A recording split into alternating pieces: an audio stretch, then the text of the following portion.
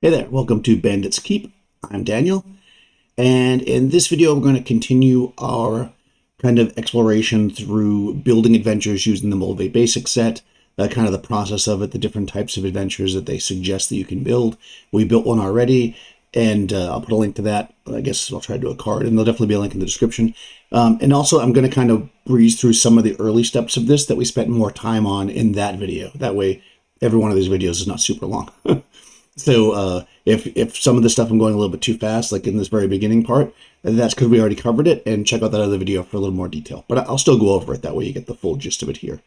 In any case, what we're doing here is we're building a mega dungeon, right? But we want to build some other adventures so that it's not just, oh, we go to the mega dungeon every time. We want to have some side quests, treasure maps, other things going on. So I decided to just kind of go through and create some other adventures, see how they might work.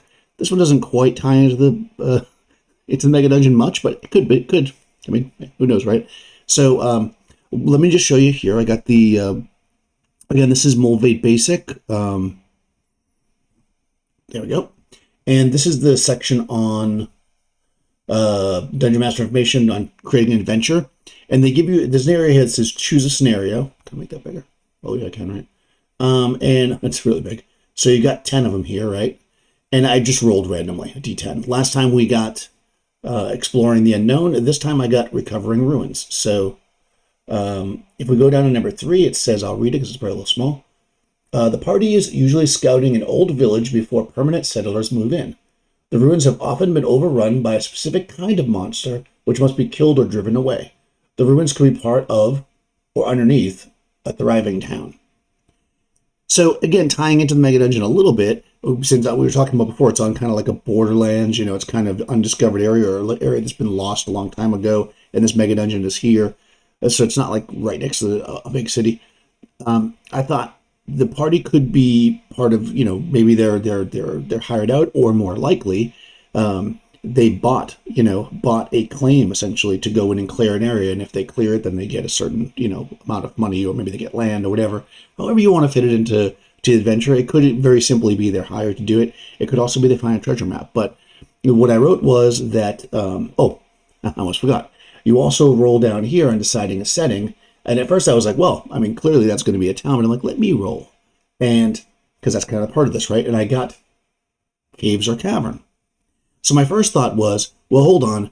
I could just do what they say there. It could be under a town, but it didn't really fit into my to the Mega Dungeon idea at all, and I don't know, that just didn't hit me the right way. So I thought a little bit, and I came up with this concept. So, So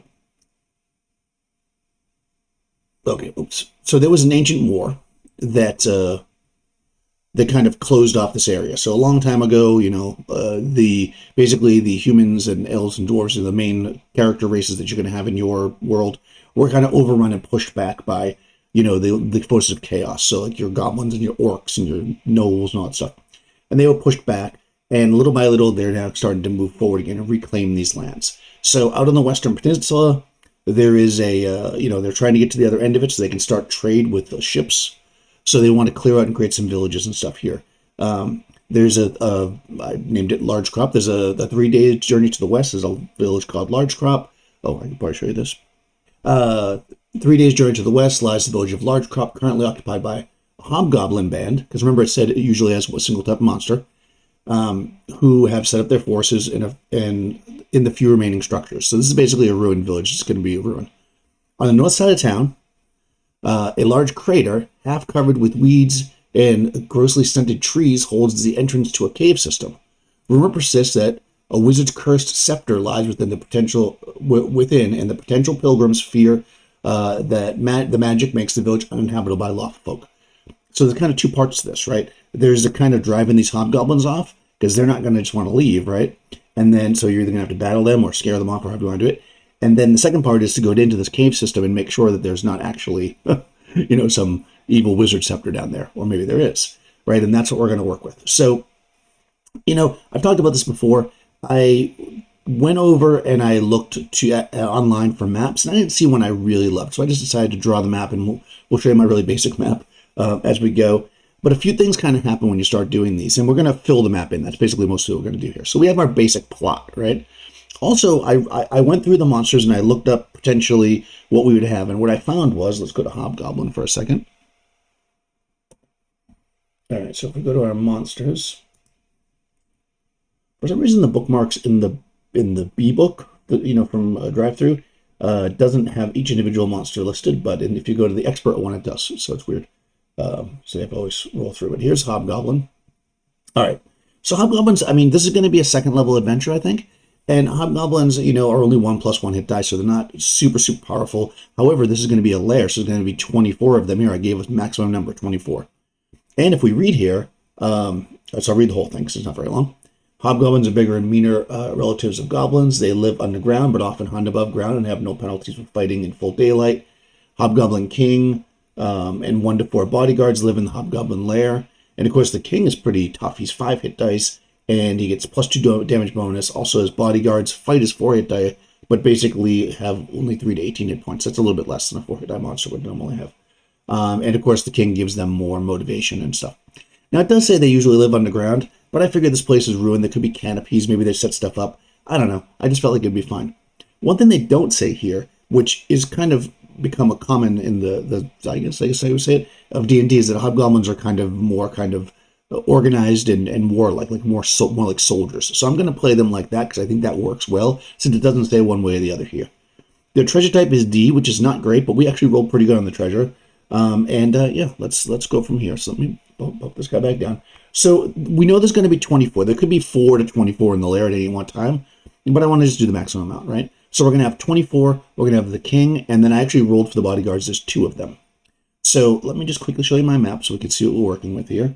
I have my iPad here. People ask me this. It's just a drawing software, essentially, on my iPad, and I'm just kind of showing it as a monitor. All right, so I'm on the iPad here. You can see I just drew a very simple map. I'll kind of we'll look at stuff, and I'll kind of number or letter them as we go. That way we can then go in and fill in the details. So number 1, you can probably notice right here,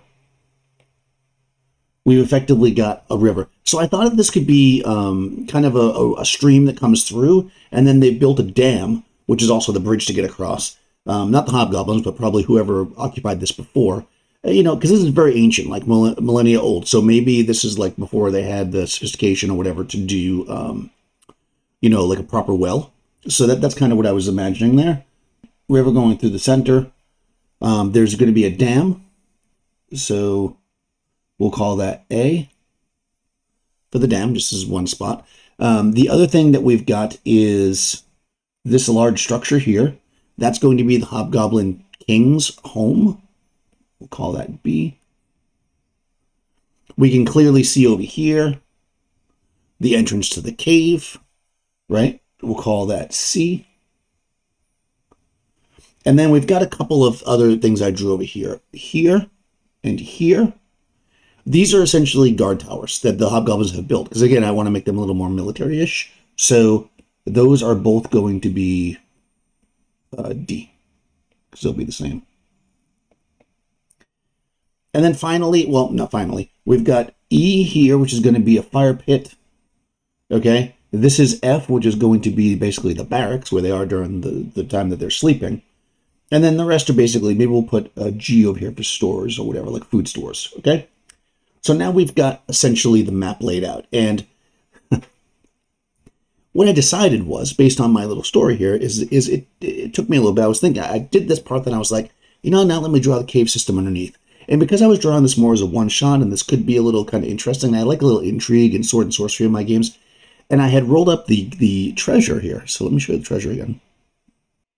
Okay, if we look at the treasure they got, we can see that essentially there is a magic wand. There's also a scroll with a magic user spell on it.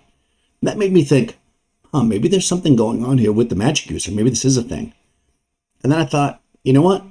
It's always fun to kind of play around with spells and potential. And also this, I think this kind of stuff helps show players kind of that you don't need to be super powerful to like rule a place or run a place. So I'm going to put a first level magic user in here. And that magic user is going to live down in the cave system. And we'll deal with that in a second. And through clever, use of their spell, which is Charm Person, they have charmed the Hobgoblin King. And the Hobgoblin King now is convinced that they are this ancient wizard and can bring the prosperity to the land and all this. So they've got him kind of convinced. And because of that, he's been bringing basically the treasure. Because look how much treasure the hobgoblins have. A lot of the hobgoblin treasure is gonna be down below. Again, not with a very tough foe, but they're gonna have to figure out that there's something down there, and we're gonna play that up a little bit. So let's just handle some of the logistics of the village and how I would do this part, and then let's go down into the cavern.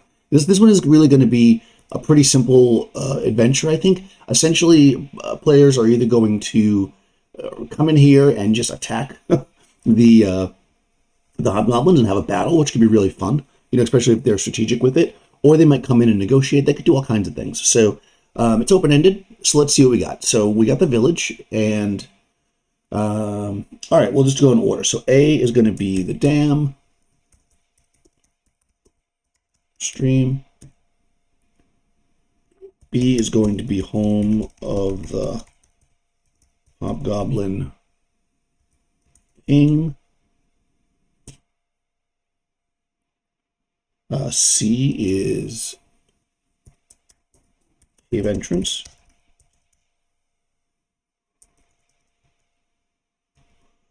I probably shouldn't do it that way. I'm looking at the wrong screen when I'm doing it. It's delayed. Let me make this a B.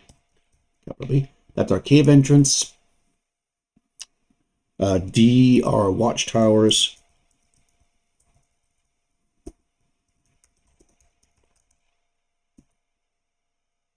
E is fire pit. I always feel like villages like this would just always keep a fire going. Not necessarily huge. They'd either be cooking on it or, just something because they need a fire for something. F is going to be barracks. And G is going to be food stores. So as usual, I feel like that we don't need a whole lot of detail in these areas, just kind of what's there and what's going on, at least to get the thing going. Of course, the dam is that doesn't really need any extra stuff. The Hobgoblin King house is going to actually have some sub rooms, so we'll leave that for a second. The cave entrance, I'm just going to say at the bottom of the crater. If searched, we'll find footprints of man and hobgoblin. So they'll know there's something besides a hobgoblin going on if they actually look. Okay, so that way they can, the watchtowers are each going to have on them. Okay, so now we have to look at our hobgoblins. So again, there's 24 hobgoblins.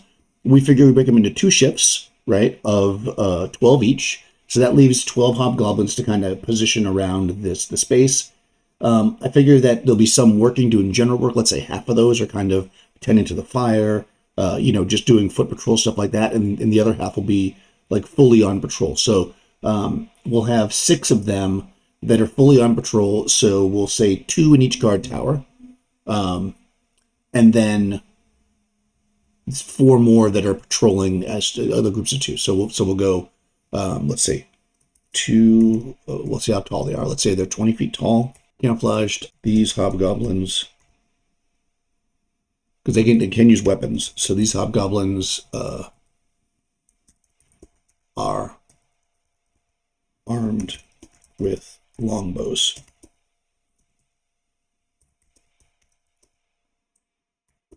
.40 arrows per tower. That's all they got. So, I mean, if they just guess it's a siege or something, right? So there's always 2 hobgoblins per tower watching. Right? There we go. Fire pit, we'll put 2 hobgoblins there. Again, so now that's, these are going to be our worker hobgoblins. Here in the barracks, we're going to have 12 sleeping or playing games goblins.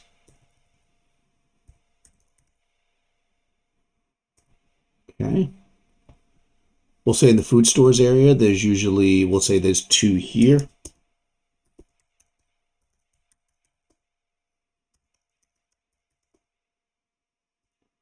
Preparing food. All right. So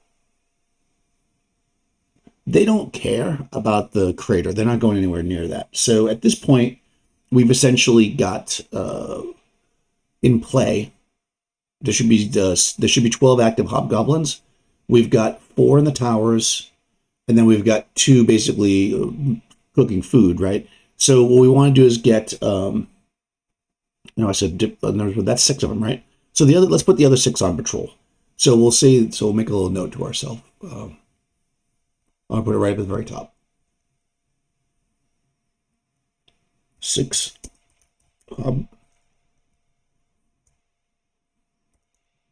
hobgoblins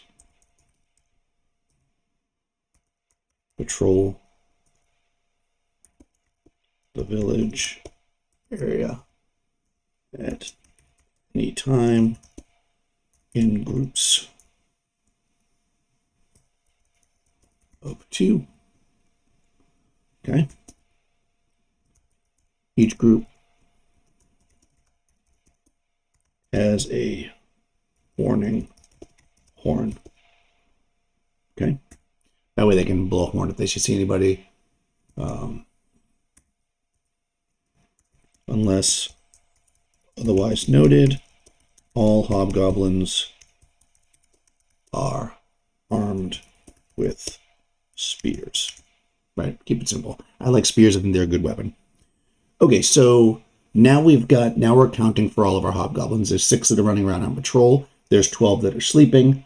There's some in the towers, and there's some that are working. Now, the hobgoblin chief has 2 bodyguards. Clearly, they need to sleep as well. So I'm going to say that there's usually 1 sleeping, 1 rest. 1 sleeping, 1 on duty. So what we'll do at B is I'm going to go back to the map. And let's make some rooms here. This is going to be the Hobgoblin King's like bedroom, basically. So that's B2. This will be B1 in here. And then we'll make this one B3. Okay. So let's go back here. We're going to go black. So I'm just doing this in layers so I can actually manipulate the map without causing issues. Sort of like see what I just said there. So what I'm going to do is I'm just going to draw some doors here. This is basically the door and the door. A set of double doors, we'll say. And we'll put a door here and a door here. Cool. And I kind of did this in the way that I did so that would look a little bit like kind of crooked. So that would look a little bit like beat up. All right. So in here, he'll have like a throne or something that's set up if he wants to meet with people, and some like a table or whatever. Put a table here. So there'll be whatever you want to put. I don't like to usually draw a lot of stuff inside the maps, inside the building, because I want people to be able to put whatever they want in there.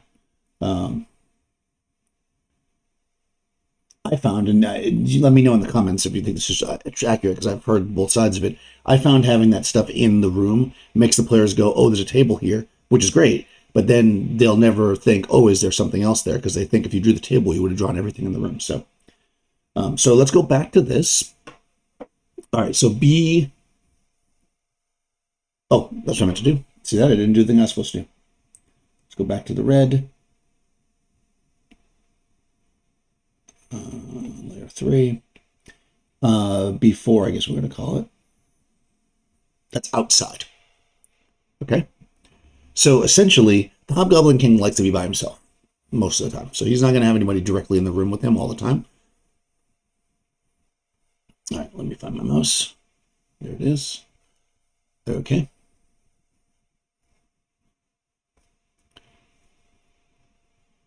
All right, so Hobgoblin King. So let's mark these up. So we've got B1 is the main chamber. Holds throne and meeting table. Okay, B2 is the king's bedroom. B3 bodyguard bedroom. And B4 is guard post. All right, so that's that area, but before I do any of that, I'm just going to put a little note here. 1 guard on duty, 1 resting at all times. Okay, that way, you know, and again, obviously, if there's an alert and people attack the village, they're going to wake up. But because they're sleeping, it'll take them a minute. So now let's look at our treasure for a second. I feel like any... so he's got these gems. You know what I'm going to do? I'm actually going to put in this main meeting room, since he has a... since he's got like a throne. I'm going to say... 4 gems, roughly,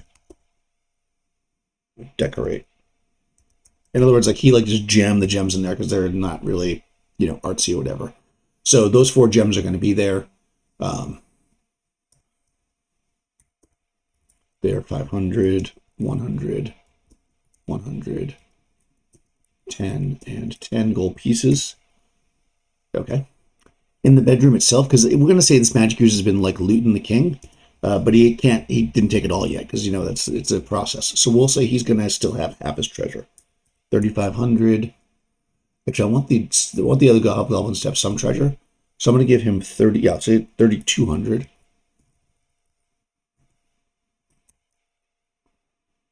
Silver pieces and 1,500 gold pieces is what he's going to have in there. And of course, obviously, he also has the gems. This is going to be the main treasure source, and I've said before in dungeons I don't like to put all the treasure in one spot, but in this case it would make sense, because why would they be storing treasure all over the place? What I am going to do though is this leaves us with 300 silver pieces, and there are 24 hobgoblins. So I'm going to say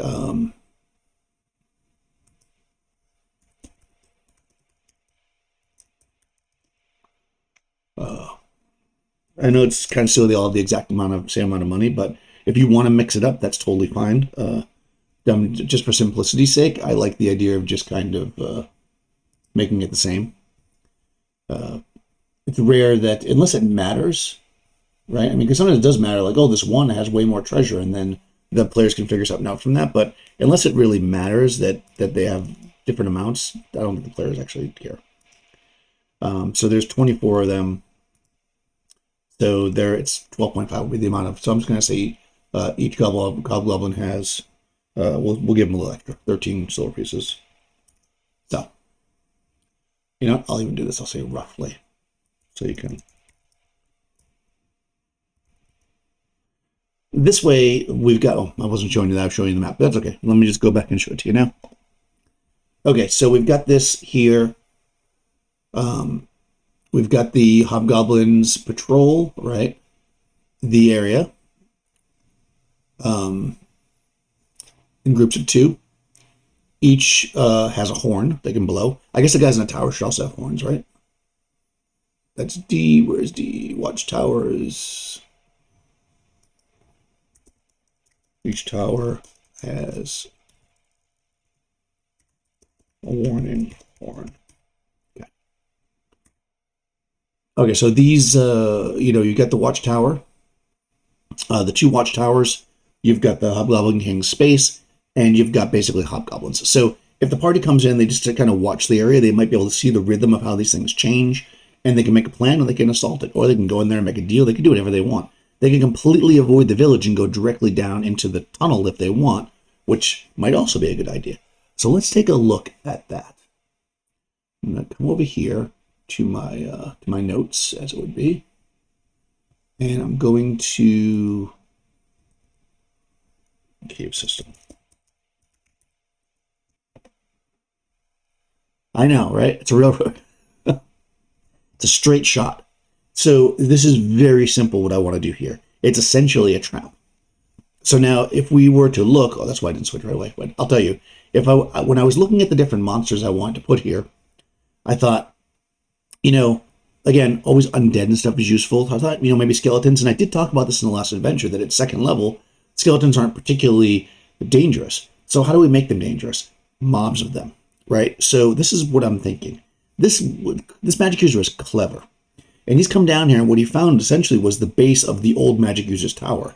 That's what this room at the end is. We'll call this one 3. Okay? Now, this is a tunnel here, but it also kind of collapsed a bit here in this area, too. And 1 is the entrance.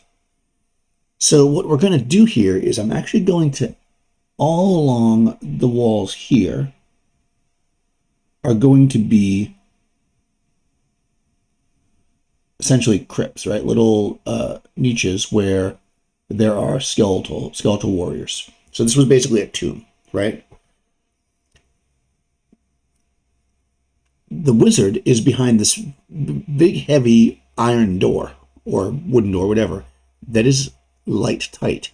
This is important because the skeletons are only going to react if something disturbs them. And what's going to disturb them? Shriekers. So, if you don't know what a shrieker is, let's talk about shriekers for a second, and then let's make this thing. So let me tell you how this is going to work first. Okay. So in room 2, we got the shriekers. We've got skeletons all along this corridor. So this is actually going to be 4A and 4B. And essentially, what's going to happen is if you walk in with a light source, you're going to walk right past the first group of skeletons, which isn't going to bother you if you don't start digging in there. You're going to walk towards the shriekers, and when you do, the skeletons are all going to start pouring out of these things from both directions, trapping you in there. The magic user knows that the shriekers are there, so what they are doing is they're just walking blindly. They know it's a straight shot for them. They know it's safe. It might be scary to walk in the dark, but they just walk straight through, all the way to the door, open it up, go in, close the door, drop a curtain or whatever so no light penetrates through, and they can live their life in peace down there. So that's it. It's basically a trap, and once they get to the final room here to fight the magic user, he's just a first level magic user. He's going to go down like this, right? But he does have a wand of paralyzation, and he also has a detect magic scroll, which is not that useful, and a vial of poison, which is could be interesting. So let's kind of take a look at Shriekers and talk about this, and then we'll write this one up. Okay, so let's go back to the basic book. All right. Okay. Where are my buddies? Shriekers, Shrieker, Shrieker, Shrieker, Shrieker. There they are, right above skeletons. Perfect combination. Shriekers look like giant mushrooms. They live underground caverns and are able to move around slowly. They react to light within 60 feet and movement within 30 feet by emitting a piercing shriek, which lasts for 1 to 3 rounds. There's a 50% chance per round the wandering monster encounter. So the way I'm going to run this is, now I know it also says they react to movement, but again, I'm this is the bad guy, right? We're figuring somehow he figured out a way to get around them without having a problem. So he's able to get in and out around the Shriekers, Maybe he, when he gets close to them, he runs. Who knows, right?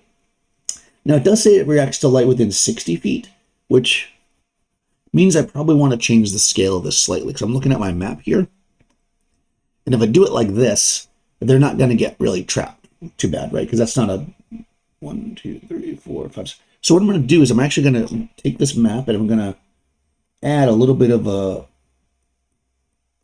kind of crunch there so that the light's really not going to get through. It's got a bit of a collapse.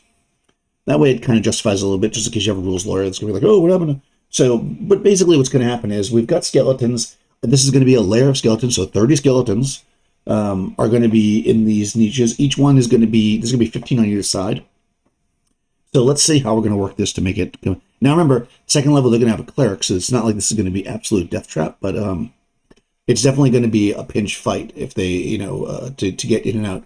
What'll likely happen is, it depends on your group, obviously, but what I imagine is likely will happen is they'll retreat, and then they'll know the skeletons is there, then they'll try to figure out a way to come back through. That's typically how players operate. But okay, so this is the cave system. So number 1 is entrance of rough stone becomes hallway with niches filled with bones for A. A. Let's see. What I probably should do is, I'm calling that 4A. What I should do to make things easier, this is 1A, right? I'll change on the map. And then 2. I'll do 1A. 1A. 15 skeletons.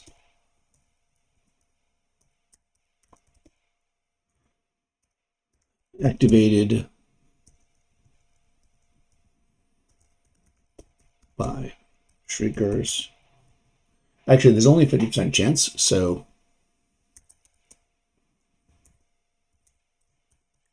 you know, 2 is going to be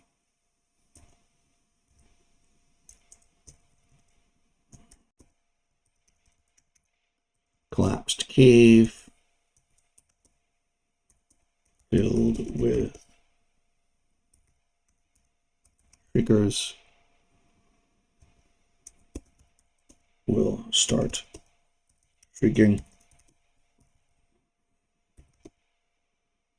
when party enters with light source.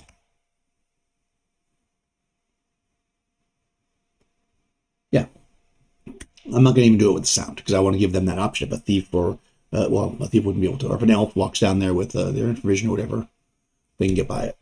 2A is going to be the same as 1A.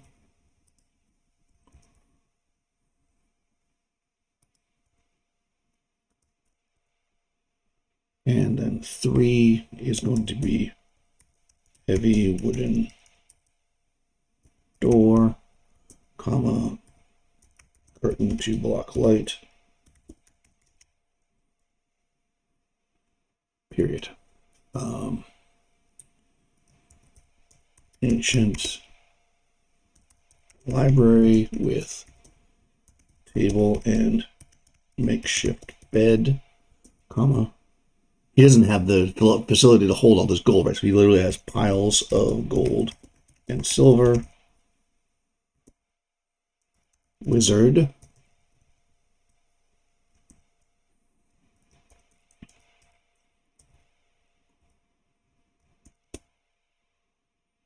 Talks a big game is actually first level. Magic user has will use wand of paralyzation. Okay, so in here we're putting the rest of the gold. So basically he's going to have the rest of this. He's actually going to have 3,500, this guy. 3,500 silver pieces, 1,500 gold pieces, and he's also going to have... I'm wondering, as I look at this, if I might want to give the poison potion to the Hobgoblin King. Or put it in his stash anyways. I'm just not sure that a Hobgoblin would know. Maybe they're fearful of it. Maybe I'm not sure why he'd have it if he didn't know it was poison. And if he does know it's poison, he would use it, right? So... no, I think I'll leave it with the magic user. Maybe the tricky DM can try to get one of the players to drink it or something. Depending on how you want to play this out. So let's take a quick look at this. I think this is done. A couple things that we've talked about before when we're doing these things, right? This is essentially going to be playable roughly in a session, I would say. So we don't need to give too much gold. But we want to give, 2,000-3,000. We want to give about 2,000 gold, or have available about 2,000 gold pieces. So, equivalent for this level. And we want to double that to make, because they never get it all, right? That's the idea. So we want it to be around 4,000, which we definitely have. So I don't think we're close. So I'm not that worried about that. I can tell without even having a count that we have that much gold. So I think we're good there. The challenge is going to be pretty good, right? They've got these hobgoblins. And there's a lot of them, right? There's 24 hobgoblins in this space. So when if all heck breaks loose and they just run in there charging, they're going to get slaughtered. But if they're smart, the hobgoblins are only 1+1 hit die. They're pretty easy to take out. They're in groups of 2. So if they can knock out the guards and take out about a third of their or more of their guards before they even do anything, if they can take out the ones that are sleeping, fairly easily. then I think it won't be too bad. The Hobgoblin King and his two guards are going to be tough. But again, they're inside of a building, and if most of the other forces get taken out first, you might be okay. The magic user is going to seem threatening, but really be really easy. And in the end, they're going to walk away with it. Let me just look at this. We've got 3,000 gold pieces, which is 3,000 experience points right there, right? And then we have 7,000 silver, which is 700. So that's 3,700. And then the 500 puts we're over 4,000. So even if they don't get all the treasure, even if they get half the treasure, they'll get enough for that I think is suitable for this type of adventure at this level. And of course, they also get some experience points for killing the monsters. Not a whole lot, but they get a little bit. So simple, right? We had an idea, really basic. Clear these ruins. There's probably some other kind of reward, social reward or a campaign reward for the fact that they're doing this. Because remember, that's what it is. Now, if it's a one-shot, that's fine. They get hired to do it however you want to play it out. But if it's in a campaign, you kind of want to give them a reason. Like, maybe if they clear this land and they get villagers here, that's like they've got a place to stay. They're going to get some land around there. They're going to get some kind of grant. Whatever it might be. I mean, I wouldn't just make it gold, because I feel like the gold they get from the hobgoblins, right? And it's you might think, well, okay, just fighting a whole bunch of hobgoblins could be really boring. But again, it's only one session, and if you use strategy with the hobgoblins and make them kind of have their little own environment and stuff going on, this is kind of a thinker. Like a second level party coming into this is going to have to look at it and go, okay, let's just not charge right in, because if we do, we're going to get killed. Let's do the the sneaking up, snipery kind of through the woods stuff, and take people out quietly and get as many of them down before they even realize something's happening. And then, take out the king or whatever. They might go just for the cave. And if they do that first, that could be really interesting, because if they get that wand of paralyzation, if they kill the magic user, that might change the tides a little bit, depending on what's going on and how you treat the charm spell. Typically speaking, I don't treat it like, oh, you were charmed, because it doesn't say that. But, I think so the hobgoblin could take it multiple ways. They could be super mad that you killed their buddy, or they might be like, yeah, there was something weird about that guy, and why did I give him all my treasure? I'm a little confused. So you can play it either way and see how it works out for you. What do you guys think? How do you play these things out? Do you like this kind of double layered thing? Do you think this would be fun? Would your players like this kind of thing? Let me know in the comments below. And what else you want me to see on the channel? We definitely can do that. Anything like that is always good. If you have not already, please subscribe and ring the bell so you get notifications for the new videos. And I'll see you next time.